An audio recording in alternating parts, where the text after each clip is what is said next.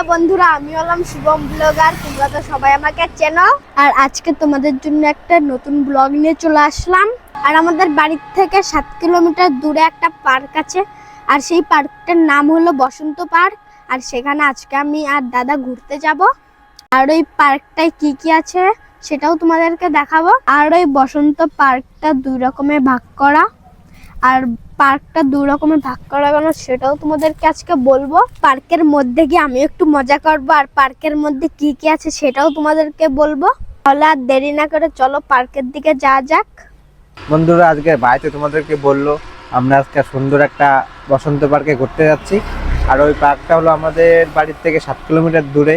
আর ওই পার্কের ভিতর কি কি আছে সেগুলো তো তোমাদের দেখানোই হবে। মেন বিষয় হলো পার্কে ঢোকার জন্য কত টাকা টিকিট লাগে, টিকিট কাটতে হবে, সেটা তোমাদেরকে দেখাবো। আর কত টাকাটা টিকিট কাটলাম আর ভিতরে কি কি আছে সেই টিকিটের টাকা উঠলো কিনা আমাদের, সেগুলো তোমাদেরকে দেখাবো। তাহলে আর বেশি কথা না বাড়িয়ে তাহলে চলো যা যাক। আর আমি এখন রওনা দেবো সেই বসন্ত পার্কের দিকে। চলো ভাই, আমি এখন বেরিয়ে পড়লাম সেই পার্কের দিকে যাওয়ার জন্য। আর পার্কের ভিতরে কি কি আছে না আছে সবকিছু তোমাদেরকে আজকে দেখাবো। আর ওইখানে গিয়ে আমি সবকিছুতেই উঠবো।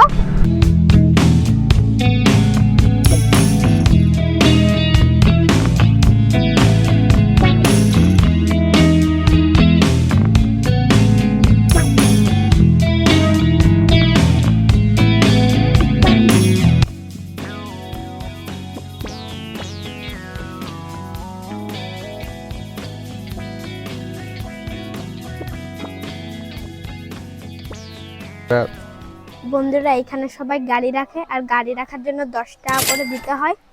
আর এখন টিকিট কাউন্টারে এখানে যাব, দেখি টিকিট কত করে নেয়।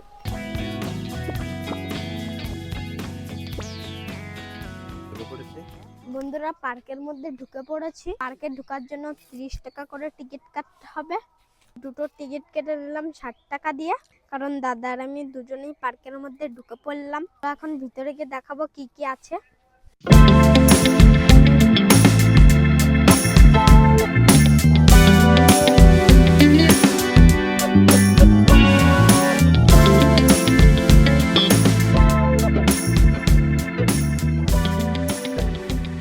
বন্ধুরা, দোলনার পাশে দেখতে পেলাম 4টে কার্টুন, আর দেখতে দেখো কত সুন্দর লাগছে।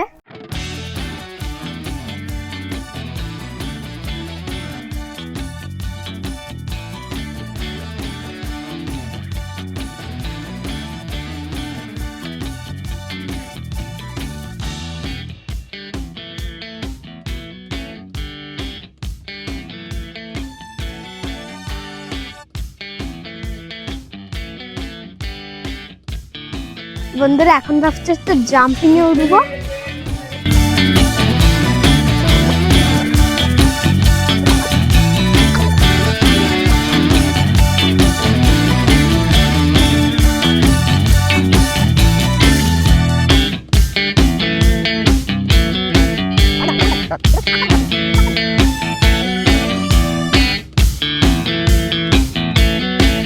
বন্ধুরা, পার্কের মধ্যে তোমরা খাওয়ার জন্য একটা ছোট রেস্টুরেন্টও পেয়ে যাবা। এখানে momo, chow mein, egg roll, chicken pakora সবকিছুই পাওয়া যাবে। আর এগুলোর দাম কত সেগুলো তোমাদেরকে দেখাচ্ছি।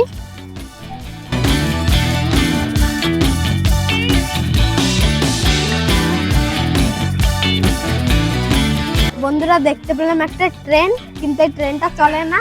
যদি চলতো তাহলে উঠতাম। আর এই ট্রেনটা আগে চলতো, এখন বন্ধ। ট্রেনটা খারাপ হয়ে গেছে, নিচের চাকা নেই। আর এই পার্কের মধ্যে একটা জিনিস লেখা আছে, আই লাভ বগুলা। এখানে তোমরা সুন্দর সুন্দর ফটো তুলতে পারবা। এখন আমি 2-3টে ফটো তুলে নেব।